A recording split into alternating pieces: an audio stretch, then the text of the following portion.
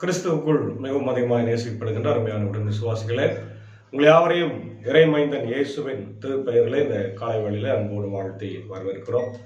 இந்த மகிழ்ச்சியான குளிர்ச்சியான ஜூன் மாதம் 5ஆம் நாள் கர்த்தர் நமக்கு கிருபையாய் வார்த்தைகளை தர இருக்கிறார். வார்த்தைகளை கேட்டு நம்ம ஆசீர்வதிக்கிறோம். நமது ஆரம்பம் பிதா குமாரன் பரிசுத்தாவின் நாமத்தில் உள்ளது. ஆமென். ஜெபிப்போம். சர்வ வல்லமையும் மிகுந்த இரக்கமும் கிருபை நிறைந்த நல்லாண்டவரே, இந்த காலை வேளைக்காக என்று செலுத்துகிறோம். கடந்த போல இரவு முழுவதுமாய் கிருபையா எங்களை காத்து வழிநடத்தினீர், ஆசீர்வதித்தீர். ஆண்டவர் இந்த நாளிலும் உடைய இறை வார்த்தையை கேட்க ஆவலாய் காத்திருக்கிறோம். என்னை மறைத்து பேசும் அன்பர் சாரும் சக்கசார் எடுத்து பயன்படுத்தும். இதை கேட்டு பயன்படுகிற எல்லா மக்களுக்கும் உம்முடைய இறை ஆசைகளை தந்து வழிநடத்தும். இறை மைந்தன் இயேசுவின் மூலம் ஜபிக்கிறோம் நல்ல பிதாவே, ஆமென். காலை வேளையிலே அருள் ஏறமாய் பெய்யும் உறுதி வாக்குதுவே என்கின்ற பாடலை சாரோடு இணைந்து பாடும்.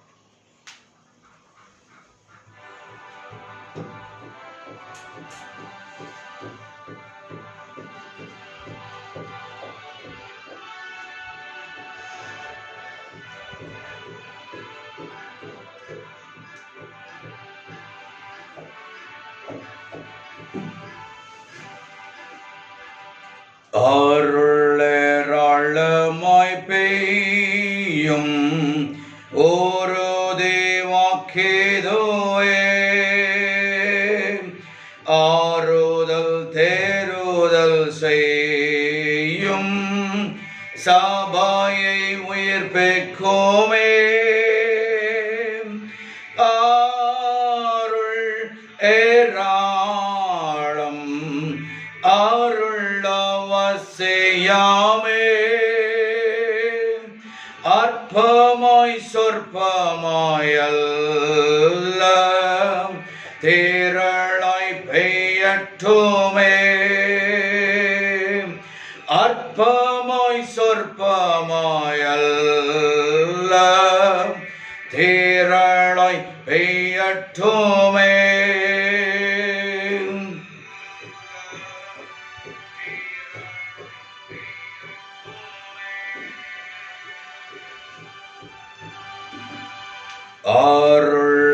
அருளேராளமாய் பெய்யும் மேகமந்தாரமுண்டா, காடான நீலத்திலேயும் செழிப்பும் பூரிப்புமா. அருள் ஏராளம் அருளவசியாமே, அற்பமாய் சொற்பமாயல்ல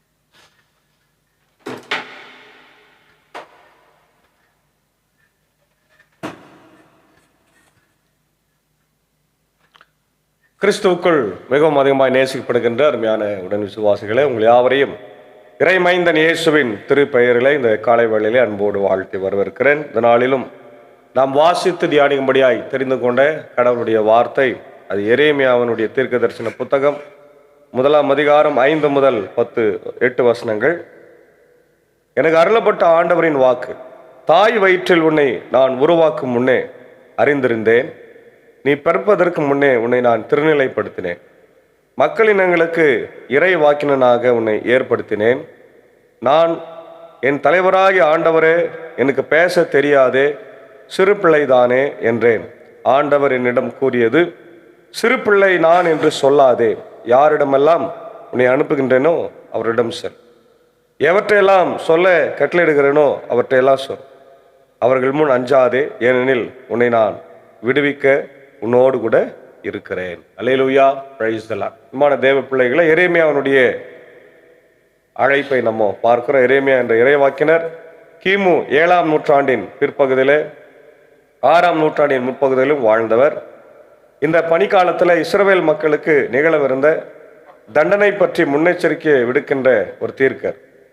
பாபிலோனிய மன்னனால் எருசலேமும் திருக்கோயிலும் அழிவுற்றதையும், யூதா அரசனும் நாட்டினரும் நாடு கடத்தப்பட்டதையும் தம் கண்களால் கண்டார். ஆயினும் அம்மக்கள் பாபிலோனிய அடிமைதனத்தினின்று மீளவிருப்பதையும் நாடு புத்துயிர் பெறவிருப்பதையும் முன்னறிவித்தார். எரேமியா மென்மையான அன்புள்ளம் படைத்தவர். ஆயினும் மக்களுக்கு எதிராக தண்டனை தீர்ப்பு உரைக்குமாறு இறைவனால் பணிக்கப்பட்டார். கடவுள் தந்த இவ்வழைப்பிற்காக துன்புறும் மனிதனான இவரை பற்றிய செய்திதான் இதில் நம்ம பார்க்கின்றோம். இதயத்தில் எழுதப்பட்ட சட்டம் என்று எரேமியா இங்கே சொல்றார். நம்ம தேவ பிள்ளைகளே, கடவுளுடைய அழைப்பும் நம்முடைய அர்ப்பணிப்பும் என்கின்ற தலைப்பிலே நம்ம பார்க்கிறோம். கடவுள் நம்மை அழைக்கும் போது நம்முடைய தகுதியின்மையை பாராமல் நம்முடைய வல்லமையை நம்மிடத்தில் விளங்கும்படியாக செய்கின்றார். கடவுளின் முன்குறித்தலும் திட்டமும். எரேமியாவை தாயின் வயிற்றில் உருவாகும் முன்னே அவர் அறிந்திருந்தார், பிரித்தெடுத்தார் மற்றும் தேசங்களுக்காக தீர்க்கதரிசியாக நியமித்திருந்தார். கடவுள் நம்மை அறிந்திருக்கிறார். நாம் தற்செயலாக பிறந்தவர்கள் அல்ல, கடவுளுடைய திட்டத்தின்படி உருவானவர்கள். கடவுள் நம்மை பிரித்தெடுக்கின்றார்.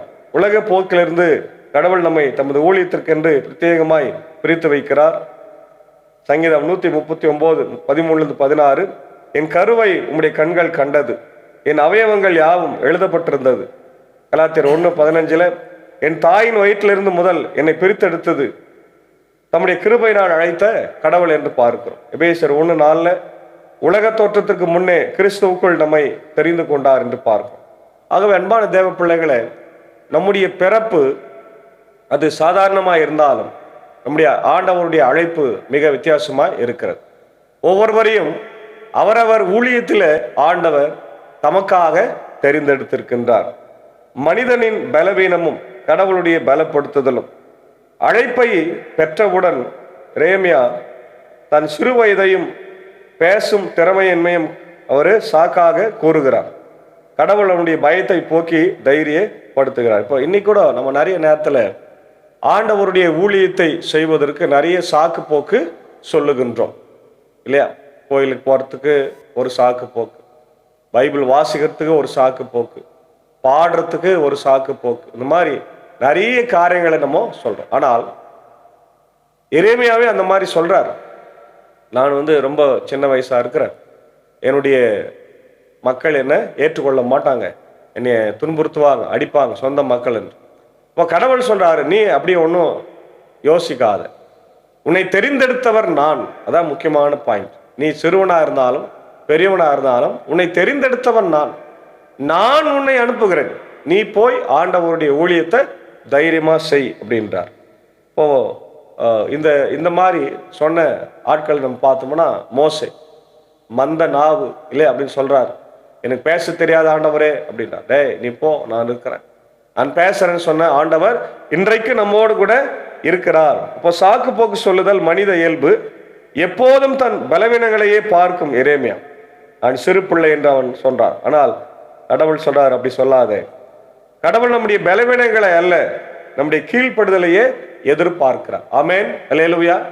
நம்முடைய பலவீனங்களில அவருடைய கிருபை விளங்குகிறது. அதான் பவுல் சொல்றார், என்னை பலப்படுத்தும் கிறிஸ்துவனாலே எல்லாவற்றையும் செய்ய எனக்கு பலன் உண்டு. ஆக நீ தைரியமா போய் ஊழியத்தை செய்கின்றார். தன்னுடைய பிரசன்னத்தின் வாக்குத்தத்தம், உன்னை விடுவிக்கும்படியாக நான் உன்னோடு கூட இருக்கிறேன். அதான் 8வது வசனத்தை கடைசியா சொல்றாரு, நான் உன்னை விடுவிக்கும்படியாக உன்னோடு இருக்கிறேன் என்று சொல்லுகிறார். யாத்திராகமம் 4:10-12 மோசே சாக்கு போக்கு சொன்ன போது கடவுள் மனிதனுக்கு வாயை உண்டாக்கினவர் யார்? நான் உன் வாயோடு இருக்கிறேன் என்றார். ஏசாயா 41:10 நீ பயப்படாதே, நான் உன்னுடனே இருக்கிறேன், திகையாதே, நான் உன் கடவுள்.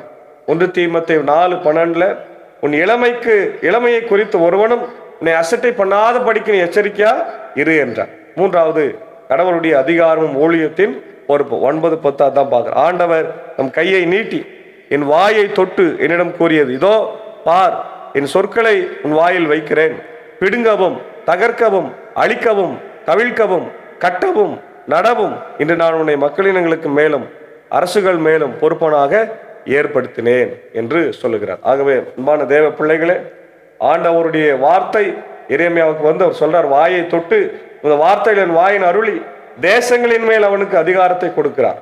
கடவுளுடைய வார்த்தையின் வல்லமை தேவ ஊழியக்காரர்கள் வெறும் கையாக அனுப்புவதில்லை, நம்ம ஜீவனுள்ள வார்த்தையில் அவர்கள் கொடுக்கிறார். இருமுக கடமை, 2-fold மிஷன், அழித்தல் மற்றும் பிடுங்குதல், பாவத்தையும் விக்கிரக ஆராதனையும் கடவுளுக்கு விரோதமான காரியங்களை கண்டித்து உணர்த்துதல், கட்டுதல் மற்றும் நாட்டுதல், கடவுளுடைய அன்பையும் ரட்சிப்பையும் புதிய நம்பிக்கையும் மக்களிடத்தில் விதைத்தல். ஏசாயா 6:6-7 ஏசாயாவுடைய அழைப்பை பார்க்கும். பலிபீடத்து நெருப்பு தழலால் ஏசாயாவின் உதடுகளை தொட்டு அவன் சுத்திகரிக்கப்பட்டான். மத்தேயு 28:18-20 வானத்திலும் பூமியிலும் சகல அதிகாரம் எனக்கு கொடுக்கப்பட்டிருக்கிறது, நீங்கள் புறப்பட்டு போங்கள் என்று ஆண்டவர் சொல்றார் இல்லையா?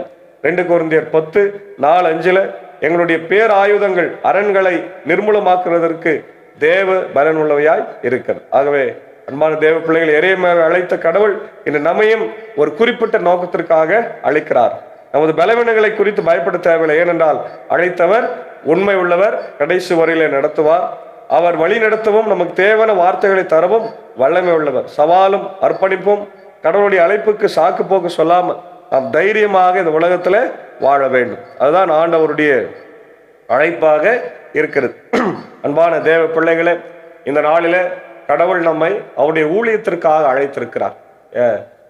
2000 வருஷத்துக்கு முன்னாடி தம் சீடர்களை அழைத்தார். சீடர்கள் தொடர்ந்து உலகமெங்கும் சுற்றி பரப்புரையை செய்தார்கள். இயேசுவின் நற்செய்தியை, உயிர்த்தெழுதலை பற்றி அறிவித்து ஆண்டவருடைய வல்லமையான செய்தியை அறிவித்ததுனால இன்றைக்கு உலகமெங்கும் அநேக தேவாலயங்கள், கிறிஸ்தவ ஸ்தாபனங்கள், பள்ளிக்கூடங்கள், மருத்துவமனைகள் இருந்து மக்களுக்கு சேவை செய்கின்றன. இன்றைக்கு இந்திய சுவிசேஷ லுத்தரன் திருச்சபையை கூட நேத்தரையர் அவர்கள் கிருஷ்ணகிரியில் முதலாய் வந்து இறங்கி பணி செய்து அங்கே மரித்தார். அவருடைய ஊழியத்தின் பெயரால் இன்றைக்கு தொடங்கப்பட்டதான் ஐஎல்சியில் இன்னைக்கு ஏறக்குறைய 1.5 லட்சத்திற்கு மேலான விசுவாசிகளும் ஏறக்குறைய 500 திருச்சபைகளும் இன்றைக்கு இருக்கிறது. ஆம்பர் சபை சங்கத்தில் மட்டும் 96 போதகர்கள் இப்போ புதிதாக இருக்கிறத நம்ம பார்க்கின்றோம். 96 போதகர்கள். ஒரு காலத்துல 20-30 என்ன சொல்லப்பட்டது போதகர்கள், இன்னைக்கு 96 போதகர்கள் இருக்கின்றதை நம்ம பார்க்கிறோம். அவ்வளவு திருச்சபைகள் இன்றைக்கு நமக்கு மிக சிறப்பான ஒரு திருச்சபைகளாக ஆண்டவர் நமக்கு கொடுத்திருக்கிறார். நிறைய பணித்தலங்கள்ல ஊழியங்கள் நடக்கிறது. ஏன்னா இன்னைக்கு ஸ்தாபனங்கள் தான் மூடப்பட்டிருக்கிறது. பெதஸ்தா மருத்துவமனை இல்லை, சிறப்பு பள்ளிக்கூடங்களை இயங்கி கொண்டிருக்கிறது. Hostel, boys hostel, girls hostel இன்னைக்கு இயங்க தொடர்ந்து நம்ம ஜபிக்கிறோம் இல்லையா? கடவுளுடைய ஊழியம் மிக சிறப்பாக நடைபெற்று கொண்டிருக்கிறது. ஆகவே அன்பான தேவ பிள்ளைகளே, கடவுள் அன்றைக்கு நேத்தரையரை அழைத்தார், இன்னைக்கு நம்மையும் அழைக்கிறார். ஆகவே அவர்கள் தங்களுடைய இன்னுயிரை ஈந்தார்கள், தங்களுடைய மகளை இழந்தார்கள், 2 குழந்தைகளை இழந்தார். இன்னைக்கு அவருடைய கல்லறை கிருஷ்ணகிரியில் இருக்கு நம்ம பார்க்கிறோம். ஆக இன்னைக்கு நம்ம ஆண்டவருக்காக என்ன செய்கிறோம்? வந்தோம், வாழ்ந்தோம், பிறந்தோம் அப்படின்னு இல்லாம இன்னைக்கு நம்ம நம்முடைய வாழ்க்கையை ஆண்டவருக்காக அர்ப்பணிக்கின்ற வாழ்க்கையாக காணப்பட வேண்டும். இன்னைக்கு மிஷன் ஊழியம் ரொம்ப ரொம்ப குறைவா இருக்குது. சுவிசேஷ ஊழியம் இன்னைக்கு சாதாரண மக்கள், பெந்தேகோஸ்தே மக்கள் எல்லாம் மிக சிறப்பாக ஊழியத்தை செய்கிறாங்க. தெருவா போய் மக்களை சந்தித்து ட்ராக்ஸ் கொடுக்கறது இல்லையா, அவங்கள ஆலயத்துக்கு அழைக்கிறது போன்ற பணிகளை செய்கிறது தான். ஆனால் இன்னைக்கு மெயின் லைன் சர்ச்சஸ் அதை செய்யறதே இல்லை. அவங்க வந்து ஃபுல்லாக அரசியலில் இறங்கிட்டாங்க. ஃபுல் அரசியல், சர்ச் பாலிடிக்ஸ், பதவி, பணம், வேலை வாய்ப்புகள் இதில் இறங்கிட்டு அவங்க சர்ச் பாலிடிக்ஸில் இருக்கிறாங்க. ஒருவேளை ஐஎல்சி கூட அப்படிதான், அதை நோக்கி தான் இன்னைக்கு வேகமாக பயணித்து கொண்டிருக்கிறது. அந்த சூழ்நிலைகள் எல்லாம் மாறி நம்ம ஆண்டவருடைய பிள்ளைகளாக நம்ம வாழ்ந்து அவருக்கு உகந்த பிள்ளைகளாக நம்ம ஊழியத்தை செய்ய கடவுள் நம்மளை அழைக்கிறார்.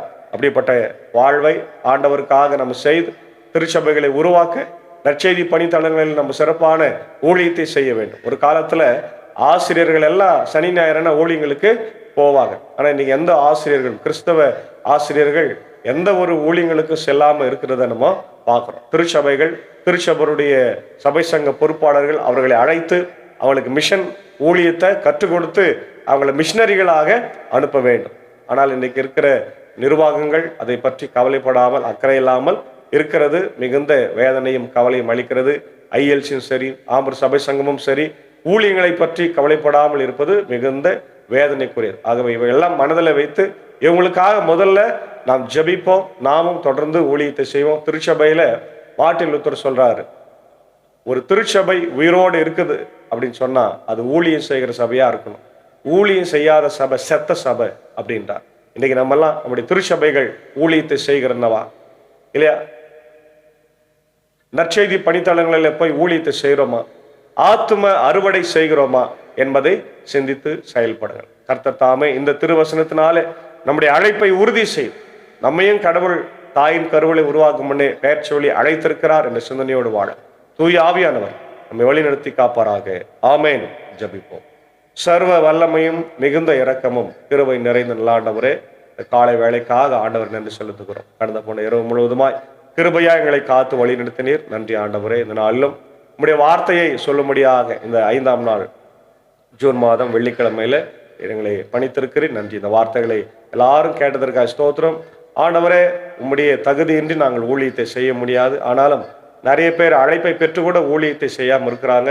தான் பிறந்ததே இந்த உலகத்தை அனுபவிப்பதற்காக என்று அவங்க வாழ்றாங்க. ஆனால் கடவுளுடைய ஊழியக்காரர்கள், ஆண்டவர் குறிப்பாக கிறிஸ்தவர்கள் ஊழியத்தை செய்ய பிறந்தவர்கள் என்பதை உணர்ந்து கடவுளுடைய அழைப்பை பெற்று எல்லாரும் ஊழியத்தை செய்ய, எந்த வேலையை செய்தாலும் முதலாவது எங்களுடைய பணி ஊழியத்தை செய்கிற பணி என்பதை உணர்ந்து ஆண்டவரை வாழ ஆண்டவர் நீர் கிருபை தர வேண்டுமா ஜெபிக்கும். இந்த வார்த்தைகளை கேட்கிற அகில உலகத்தில் இருக்கிற எல்லா மக்களையும் ஆசீர்வாதம். தமிழ்நாடு, இந்தியா, ஆண்டவரை உலக நாடுகள் எல்லாரையும் ஆசீர்வாதம். போர் பதட்டங்கள் எல்லாம் சமாதானமான ஒரு சூழ்நிலையை உருவாக்க ராஜா. நேற்று தினத்தில் கூட குவைத் மேலே ஆண்டவரை ஈரான் குண்டு போட்டிருக்கிறாங்க. அதனால ஆண்டவர் நிறைய பிரச்சனைகள் ஏற்பட்டிருக்கிற மக்களுடைய பாதுகாப்பு கேள்விக்குறியாக இருக்கிறது. அவருடைய நீர் இந்த போரெல்லாம் எங்களை நிறுத்தி அருள வேண்டும் என்று நான் ஜெபிக்கும். குறிப்பாக இந்த நேரத்தில் அன்பர் சாருக்காக, ஏஞ்சக்காவுக்காக, அன்பான பிள்ளைகள், மாத்தாள் மரியாளுக்காக, சாகோ சார்க்க டீச்சருக்காக ஜபிக்கிற இந்த ஊழியத்தில் எங்களோடு இருக்கிற இவர்களை ஆசீர்வதித்து வழி நடத்த ராஜா. தேவையில்லை சந்தியம். இன்னும் யாரெல்லாம் ஆண்டவரை பிறந்த நாளை, திரும்ப நாள், இந்த நாளை கொண்டாடுகிறார்களோ எல்லாரையும் ஆசீர்வதியும். குறிப்பாக பலவீனமாக இருக்கிற மக்களுக்காக ஜபிக்கிறோம். என்னுடைய அன்பான டாக்டர் ஜோப் சந்திரன் ஐயாவுடைய அன்பு துணைவியார் ரெவரன் செல்வி ராஜ்பாய் அவர்களுக்காக ஜபிக்கிறோம். ஆண்டவரே, பலவீனமாக இருக்கிறார்கள், கண்ணோக்கி பார், உன்னை குணமாக்கும் கர்த்தர் நானே, பலவீனத்தில் என் பலன் பரிபூர்ணமாக விளங்கும் என்று சொன்ன ஆண்டவர் ஐயாவோடு தங்கியிருந்து பல இடங்களுக்கு சென்று ஊழியங்களை செய்கிறார்.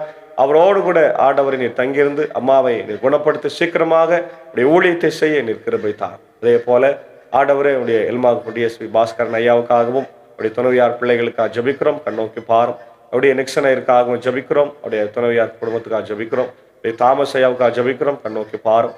ஆண்டவரே, எல்லாருக்கும் நல்ல சுகபலன் ஜீவனித்தார். இன்னும் யாரெல்லாம் சிகிச்சைக்காக ஆண்டவர் இருக்கிறார்களோ, சுகுணமாக இருக்கிறார்களோ கண்ணோக்கி பார்த்து பலவீனங்களை மாற்ற வேண்டுமாய் கொண்டு நான் ஜபிக்கிறோம். விசேஷமாக இன்றைக்கு பிறந்த நாட்களுக்கு நன்றி செலுத்துகிற பர்கூர் ஆண்டவர் கண்கடியா ஆண்டவர் மேல்நிலை பள்ளியினுடைய ஆசிரியர் போவாஸ் மனோரஞ்சன் சாருக்கா ஜபிக்கும். நல்ல ஒரு மனிதர், அன்பாய் பேசக்கூடியவர், பண்பாய் பழகக்கூடியவர், ஒரு வரம் பெற்ற ஆண்டவர் ஊழியக்காரனுடைய மகன், அன்பு மகனை ஆண்டவர் ஆசிரியரை நீர் ஆசீர்வதியும் வல்லமையாக எடுத்து நீர் பயன்படுத்தும். அப்படி தேவையை சந்திய ராஜா. ஆண்டவரே, அவருடைய அன்பான குடும்பத்தை ஆசீர்வதியும். அதே போல ஜெயஸ்பாதம் பெங்களூர் தங்கராஜ் ஐயா அவருடைய மருமகன் ஆண்டவரே, அவரோடு கூட தங்கிரும், அவருடைய குடும்பங்களை ஆசீர்வதி வழிநடத்தும். அதே போல யுஎஸ்ஏவில் இருக்கின்ற ரெவரன் பெரிய ஞானசேகரன் அவர்களுக்காக ஜபிக்கிறோம். எங்களோடு கூட எப்பொழுது அன்பாய் பேசுகிறவர், உதவி செய்கிறவர், கண்ணோக்கி பாரும். இவர்கள் எல்லாரும் கர்த்தர் ஆசீர்வதித்து வழிநடத்தும். தேவையை சந்தியும், ஊழியங்களை ஆசீர்வதியும் ஆண்டவர். அதே போல இன்னைக்கு யாரெல்லாம் பிறந்த நாளை, திருமண நாளைக்கு நன்றி செலுத்துகிறார்களோ, பெயர் சொல்லப்படாத மக்கள் ஒவ்வொருவருக்காக ஜபிக்கிறோம். கண்ணோக்கி பாரும். தொடர்ந்து நம்முடைய இந்திய சுவிசேஷ திருச்சபை 3 சபை சங்கங்கள், போதகர்கள், ஊழியங்கள், ஸ்தாபனங்கள், பள்ளிக்கூடங்கள், பெதஸ்தா மருத்துவமனை திறக்கும்படியாக ஜெபிக்கிறோம். கண்ணோக்கி பாரும். ILC பொறுப்பாளர்களுக்காக, ஆண்டவர் ஆம்பர் சபை சங்க பொறுப்பாளர்களுக்காக நான் வேண்டிக் கொள்கிறோம். விசேஷமாக இவருடைய இந்திய தேசத்திற்காக ஜபிக்கிறோம். இவருடைய ஜனாதிபதி, பிரதமர், ஆண்டவரே, இவருடைய முதலமைச்சர், கவர்னருக்காக ஜபிக்கிறோம். கண்ணோக்கி பாரும். எல்லாருக்கும் நல்ல சுகபலன் ஜீவனை தந்து அவரவர் பொறுப்பில் அவங்க பணியாற்ற ஆண்டவர் கிருபை தாரு. இதை காணொளி வழியாய் பார்க்கிற, கேட்கின்ற ஆண்டவர் எல்லாருக்கும் ஊழியத்தினுடைய மேன்மையை கொண்டு அவர் சபையில ஏதாவது ஒரு ஊழியத்தை செய்து, நற்செய்தி ஊழியத்தை செய்ய வாஞ்சையாக ஆண்டவரே எங்களை நேர் பக்குவப்படுத்த வேண்டும் என்று ஜபிக்கிறோம். தொடர்ந்து காத்தருளும் வழி நடத்தும். இறைமைந்தன் இயேசுவின் மூலம் ஜபிக்கிறோம் நல்ல பிதாவே, ஆமேன். எல்லா வல்ல தந்தை, மகன், தூய ஆவியின் ஆசிகள் இந்த நாளிலே நம் அனைவரோடு கூட இருப்பதாக. ஆமேன். God